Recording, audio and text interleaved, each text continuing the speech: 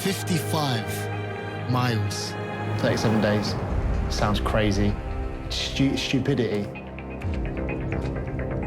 That's what I'm really interested in. How far can I push my body? How far can I push my mind? And Rhys is not with it. I would not be in the least bit disappointed if he decided against running this ultra. This ultra? Yeah. I have to complete it, and I will complete it. I can do anything I want as long as I just put my mind to it. I just don't know if it's gonna happen. This is so jarring. Your body was telling you, like, stop.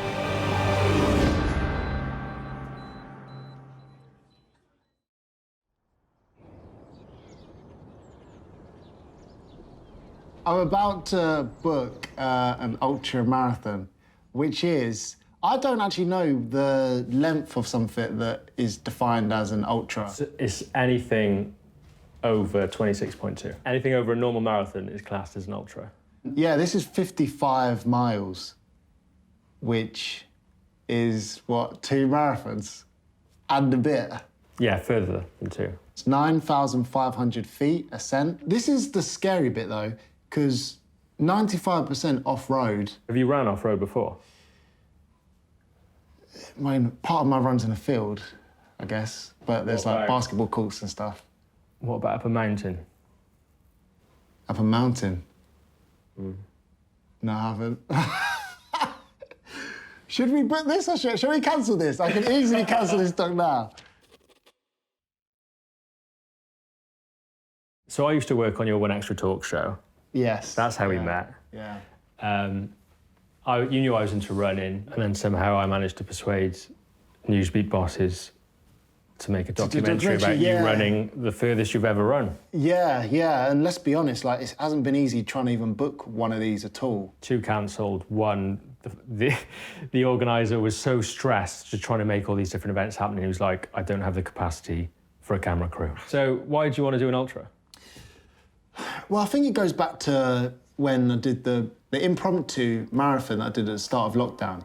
And as all stories start, obviously happens with a breakup, you've been inspired after, I have to help myself from this breakup and just run. The only problem is, no water.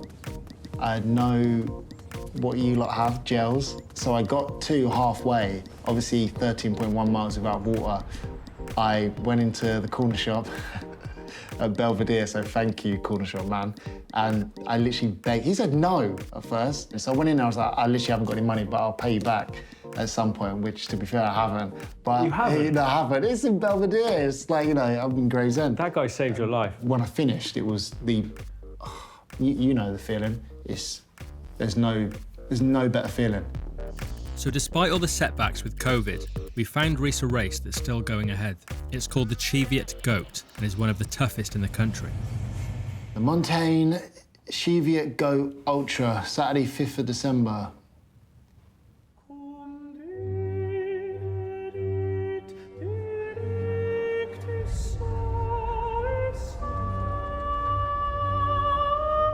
Pitch black, hilly, freezing, northern, snowing. In 37 days.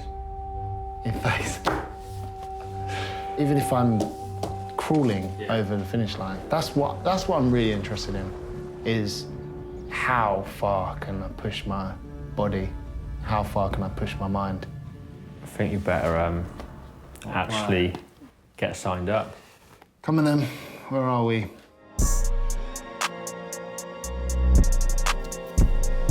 Sweet, done. 37 days. Sounds crazy. I'm not trying to make myself like I'm some beast or something, but to most people that is an insane stupidity. If you told the race owner it's probably not a good idea, which it probably isn't, but I'm not completing it.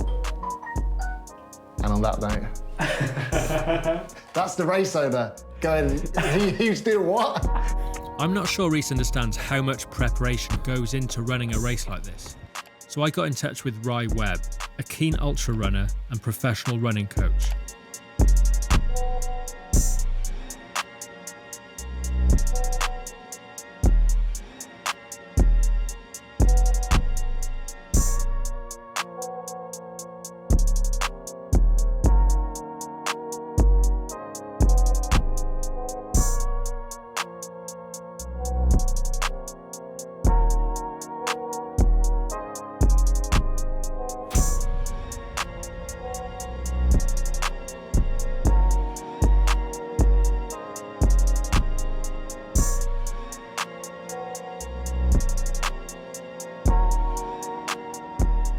Hi Jim. There's lots of stuff that can go wrong, and it usually does at some point. It's how you plan for those things, the inevitable things that are going to go wrong. You know, simple things, blisters, sickness, dehydration, losing a bit of kit, losing a glove. Have you got spare gloves? Getting lost up there, especially as it's going to be in the dark for most of it. 16 hours plus a dark at that time of year, with a head torch, with no markings. It's a big possibility. It's good that Rhys is running every day. He just wants to make sure that's specific to the race he's training for. So ideally, he needs to be putting in a session of maybe hill reps in there a week. He needs to be doing some night running. Again, ideally that wants to be on trails. As much of this running on trails as possible. Will he finish? I mean, he's on the start line. He's got as much a chance as anyone else there. And again, it'll just be a mental battle at the end of the day. He's not used to 15 plus hours of non-stop running, hiking, cold, wet, wind. And it's how he deals with that. Hopefully he doesn't let the demons into his head and can keep pushing through those tough points and see the finish line. So I'm on the train, I'm going to be on the radio, and then on the radio I'm going to basically, as kind of like a call out for help, announce that we're doing it and we're making a doc out of it. So that's going to be exciting. Reece Parkinson. BBC Radio. One extra. It's Reece Parkinson on your radio. We are on Thursday. This week has gone quick. I'm going to be doing a marathon. Now that doesn't sound crazy, but wait for it. Not any marathon, an ultra marathon. So this is how many miles I'm going to be running for this documentary. 55 miles. Why? Yeah, I wanted to announce it on this show and get some of your feedback as well. Prav tuned in, says, are you doing 55 miles in the car? Nisha, thank you for your text. She says, you got this. 55 miles and then some. Train hard and visualize, especially the finish line. Imagine how good you're going to feel physically and mentally. Visualize the people close to you who will be there and the pride on their faces. Well, Jim Farthing from Newsbeat. It's hardly inspirational. He's not going to do it. Has he been up a mountain before? No, I think somebody just dawned on him that he needs to do hill running. Yeah, no. Reece is not going to do it. Right, let's have Alakai Harley. I Just Want to Know. And then I got Bruno Mars, Cardi B.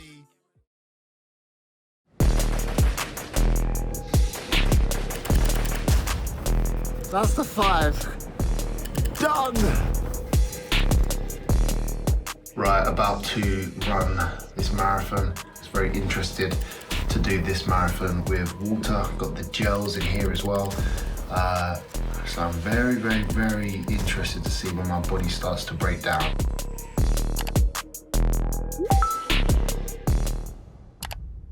So Jim and the BBC have told us that we need to do full safety checks, regulations for this run. So currently on the way to do something that I've always wanted to do, to be fair. You see this happen on transfer deadline day where the players do medical. So, I'm gonna do a medical. Because of COVID, Jim wasn't allowed to come in, so I had to film it myself.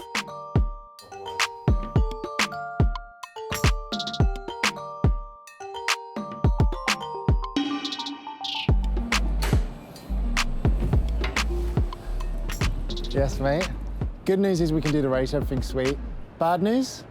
Dr. Katan said after this one I should never do an ultra marathon in my life. My right knee is literally like that.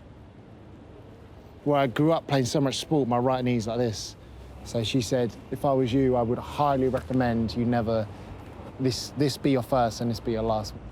Am I gonna listen to her? Debatable. But I do want to be able to play football with my kids, so.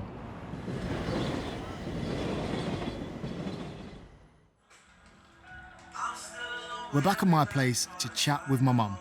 Are you, like, worried at all? Worried? No. Okay. No, I'll be more worried about him coming back on the train late at night from somewhere. Do you think he gets his, like, drive from you? I think maybe determination and knowing that maybe when I was younger, that yes, I'm going to do this and I can do it. On a deeper level, you've raised 2 kids to single mum. Well, yeah, but that's just normal for me, though, isn't it? And a lot of people do it, but I just knew I was going to do it, and we did it, didn't we? I see these pictures. When I was younger, I wanted to pursue a career in sport. My mum saw this as a chance to get some embarrassing baby photos out. Rhys was a really huge fat baby till he was about 1, weren't you, Rhys? I think you were about 3 months there with your brother. Yeah, I have an abnormally big head. Grown into it? No, I don't know. I don't think I have. Oh, you went straight from, I think, walking to being out in the back garden with Daryl. Yeah. And a ball. Yeah, and then taking that as an actual wanting to be a footballer was like the first initial thing. And then for me, what stopped that personally was just being very scared, very fearful of, in training I would play great, but in a game I'd just crumble fear-wise. Anyone tells me I can't do something, I will You will never go do it. Yeah, I will take them on it, and I'd always bet on myself. Here he is. Can you hear me? Yeah, I can hear you. You all right? Yes, mate, shattered. I had an email earlier. It's from the organiser of Cheviot Goat. Just had discussions with the mountain rescue team, and the event will definitely not be happening on the 5th of December. We're hoping to postpone it into early January, but we'll let you know once this is doable. Fuck. I mean, it depends which way you look at this. If it goes ahead early Jan, you've got another month of training, which is good. I just don't know if it's going to happen. What at all? Yeah. Because like how it's hard to plan, isn't it? When you literally don't know what the government are going to say. So for them to say they have a different day scheduled on the 2nd is positive to me, though. Yeah, no, it is, for sure. But it's a great start to the new year as well. Bucket list. Yeah. Ticked off. First Saturday of 2021. Boof. Yeah. 55 miler. So the race hangs in a balance, but there's nothing I can do except keep training. I'm getting fitter, but there's also still a lot more to do. Plus, it helps me mentally deal with everything that's constantly changing in 2020.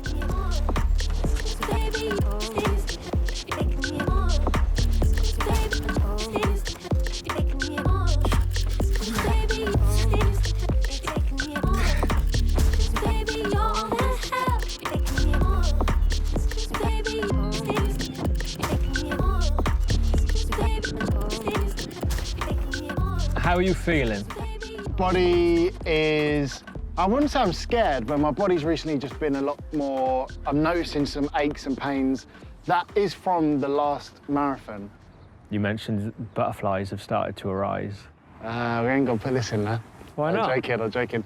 It's the thought of the start in pitch black, which is making me feel weird. Why? I don't like that idea. And I want to see where I'm going. I don't like the head torch. That's completely out of my comfort zone. So when you came out of the medical, Yeah. it was like good news, bad news. Good news, you can do it. Bad news, probably shouldn't do any more.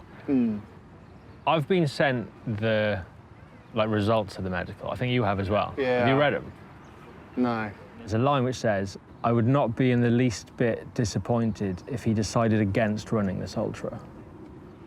This ultra? Yeah.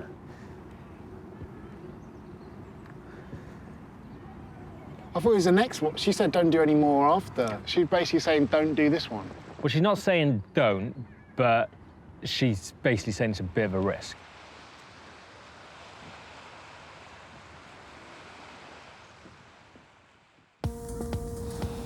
The race is confirmed for the 2nd of Jan. Jim's arranged for me to meet one of our heroes, Chad Wright. He's a former Navy SEAL and quickly becoming one of the world's best ultra runners. He recently won a race where he ran for over 29 hours, covering 96 miles. Yeah. Chad Wright, thank you so much for your time. We really, really appreciate that. From North Georgia right now? Yeah, North Georgia. Yeah, thank you, Rhys. I'm actually just getting over a bout with the COVID-19. I got diagnosed with COVID. I got my test results back about 4 days ago now. So I'm on day 6 or 7. I actually ran a marathon 2 days ago, 26.2, just to kind of see what the human body, a reasonably healthy human body, was capable of while battling this virus, right? The closer the race gets, well, the more anxious I get. I asked Chad if he ever lets failure cross his mind. I leave myself 2 options at any time I go off and go off on a journey to complete some mission. And the 2 options are I either achieve victory or my body breaks, right? My body fails. And if you go to the point that your body tells you, no, Rhys, you can't go anymore. Now, at that point, you have not failed.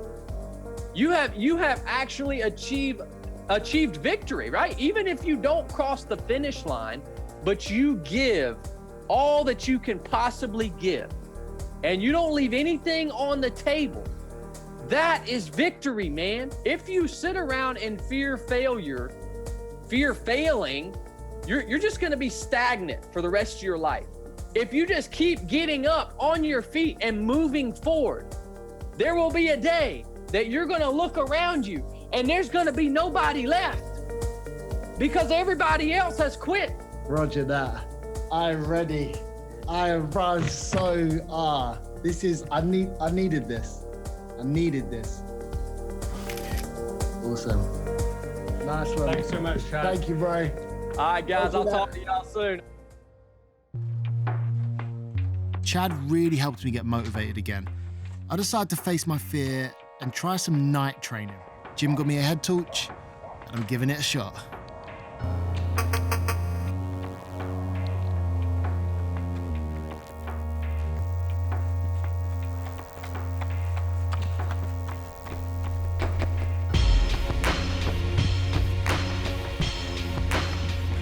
Literally, you can't see anything 2 feet in front of you.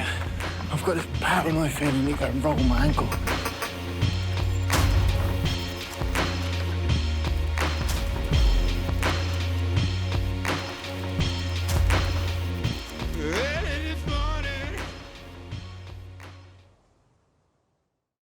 One thing I haven't mentioned yet is I don't actually like running.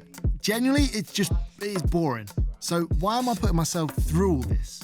I've come to see Dr. Judy Smith, a psychologist, who you may know from TikTok, to try and figure this out. When I mentioned to one of my mates that I booked the Ultra, she was just like, oh, what's happened?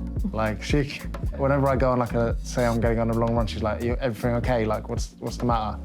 But isn't it interesting how, someone who's close to you, a friend, has picked up on a pattern there that when you're hurting, you put that into some sort of physical action, or you push yourself to the limit. I think career-wise, definitely my dad not being in my life made me feel like I had something to prove, like I had to be someone. That same feeling carries me when I'm running, because I just won't stop. How old were you when your dad left? I'd never met him until a year ago. Yeah, I'm 26 now. And how was that? Yeah, I was pretty big. The breakup and that was probably the most traumatic-ish events that I've had, really. Maybe that's why I went into it more, because when you can't speak to no one about that at the time, it was up to me just to run it off. I wish it was just tomorrow. I want to just do it. Do you know what I mean? Okay, so you're excited? You're Yeah, raring to definitely go? excited. I'm excited because I know I have to complete it, and I will complete it. It will just add on to the fact that I know really, like, I can do anything I want as long as I just put my mind to it. He said, I will get to the end, I'll have to crawl. And so that, there's a lot riding on this in terms of sort of how he feels about himself. So yeah, that would be something quite big to deal with, I think, if he got injured and couldn't finish. I've just had a chat with Rhys Webb, the running coach, because I want to set up a training session for Rhys with him. And chatting to Rhys about Rhys's training, it's mainly still on roads, not much hills, not much night running. He said this is now starting to get quite dangerous in terms of his lack of preparation and how close we are to the race. So now I'm even more worried. Me again. I literally just messaged Rhys to try and set up this training session, and he's replied with this voice note. Can't lie, bruv. For the past 3 weeks, I've been feeling terrible. I think I got a kidney infection.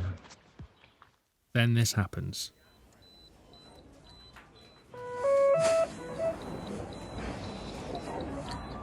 I just got diagnosed with type 1 diabetes, which flipping sucks all round, but hey, I'm alive, it's the main thing. But it does put the one into perspective. It's going to be a lot harder having to take insulin shots. But hey, if it's a lot harder, it's going to make it even more bigger of an accomplishment. But yeah, kind of sucks. So this is pretty new to me, as it may be for you. Type 1 diabetes is a condition where your blood sugar level gets too high because your body can't break the sugar down. So instead, you have to inject insulin, which actually does it for you.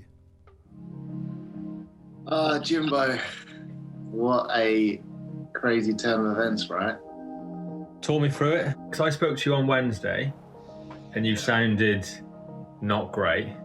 And then next thing I know, you sent me a picture and you're in hospital. I was like, what? Type 1 diabetic I am now, which is hereditary.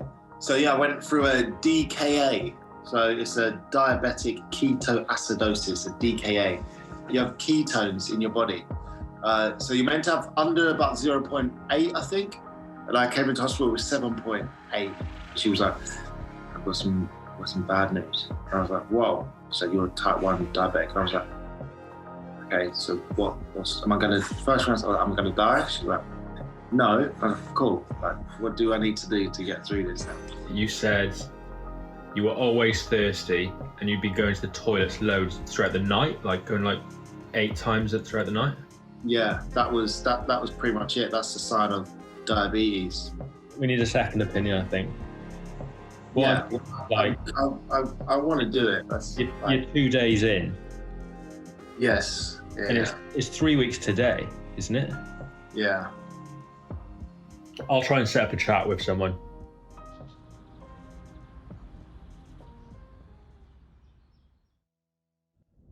I'm on my way to go and see Rhys. He's going to have a chat on the phone with the doctor who gave him his medical, Dr. Catan. And they're going to chat about what his diagnosis means in terms of the race. And I've already spoken to her, got a bit of an indication that it doesn't look great. So I'm a bit nervous, actually, about this chat. There's concern about Rhys having something called a hypo, which is when blood sugar levels get so low that it can be quite dangerous if you don't know how to manage it. And in some cases, you can actually pass out. So let's see how this chat goes. How's your last week been? Interesting. It's like a week on now, isn't it? Yeah, literally, it was last Wednesday. Yeah. Wednesday I went to hospital, stayed over. Yeah, crazy, mate. In like a couple of minutes, the doctor who gave you the medical is going to call just to chat through the diagnosis, like what that means. I mean, you already seem to think what you know she's going to say. What do you think? She's going to think I'm stupid now, like insane for doing it. And I think doctor will be like, why are you doing it? What have you got to prove? This is Doc. Yes, he is. Good afternoon, doctor. Hello. So, Doc, I've got type 1 diabetes. This is a major thing to happen to a young, fit man. Now, your ambition to do the ultra. Yes. I would never say to anyone with diabetes, you absolutely cannot do an ultra ever. I would say, if you were planning to do it in 2 weeks' time, that would be much, much too soon, because you need to get to know your diabetes a lot better. Right. You need to have a few experiences of going hypo and managing it. I'm saying if you will invest 4 or 5 months in getting to know your diabetes, managing when your sugar goes low, understanding how long it takes for it to go up again, your chances of completing will be so much higher. So if I was to do it this time, then it may be I could have a hypo or something, and it will be extremely difficult. It goes very badly wrong, and you don't want that. Okay. Thank you, Doctor. Always extremely grateful for your advice. Take care now. Thank you so much. Take care. You're very welcome.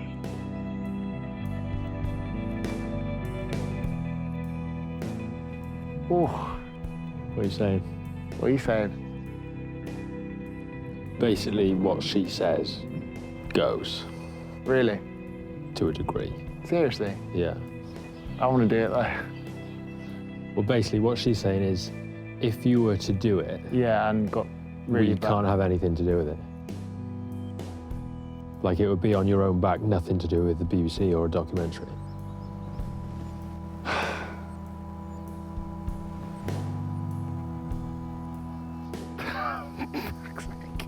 This is fucking so jarring. So we can't do it because Not on the 2nd of Jan. fuming. Oh, mate. That's just... But I mean, if she thinks it's really dangerous. Yeah.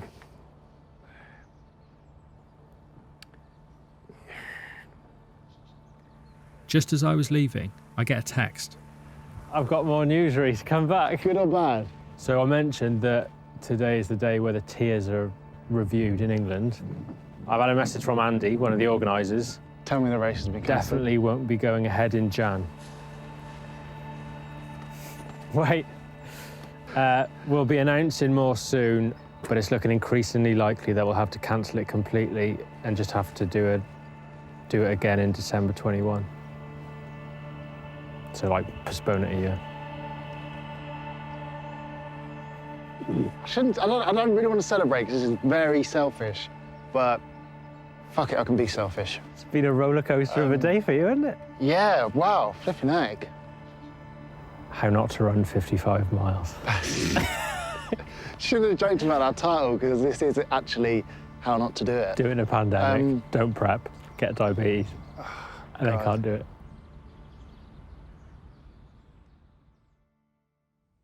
Happy New Year. I should be in Northumberland right now. Pretty much 4 hours into the race, which is mental. Instead, we're heading to the coast. Rhys can't do an ultra just yet, but he's still training. Have you seen what Northumberland and the Cheviot Goat look like on the 2nd of Jan? No, I haven't. Let me show you. That's like Sweden. That's like Norway.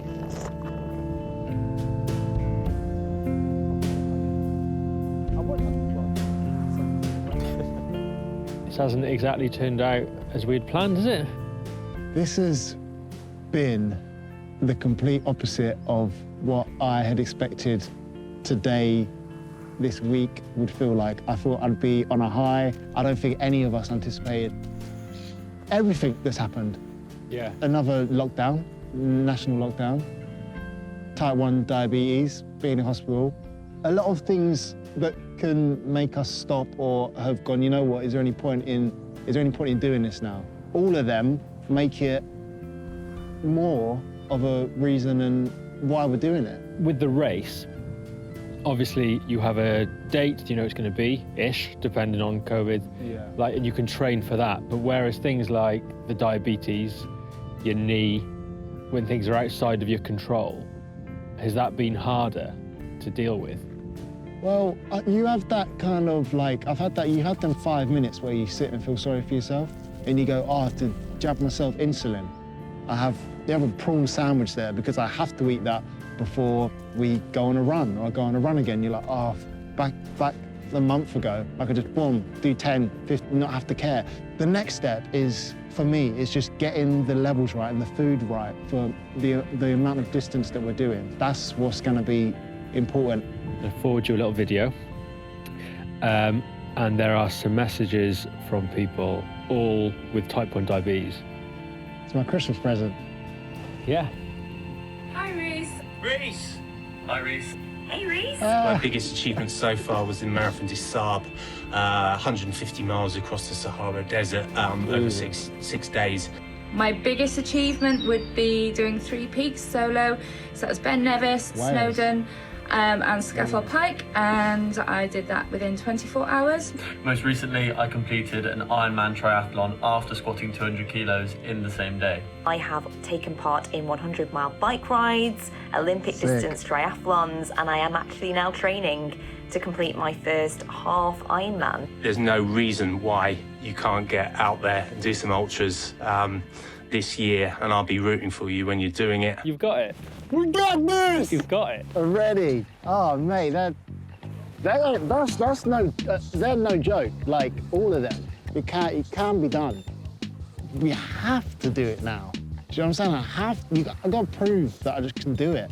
We can't do all of this and then not. How are we going to end on this? Like, do you know, imagine if we're like, yeah, well, we could have done it. I've got time, one W. See you later. Like, no. We are. It's getting done. I am doing an ultra. Jim, you're coming with me. We're filming it and we're doing it. I'm in. You in? I am in. A few months down the line, new ultra, new dog. So that's the part 2. That can be the part 2. Yeah. All right. I'm hyped. Come on, I want to thank you. My God.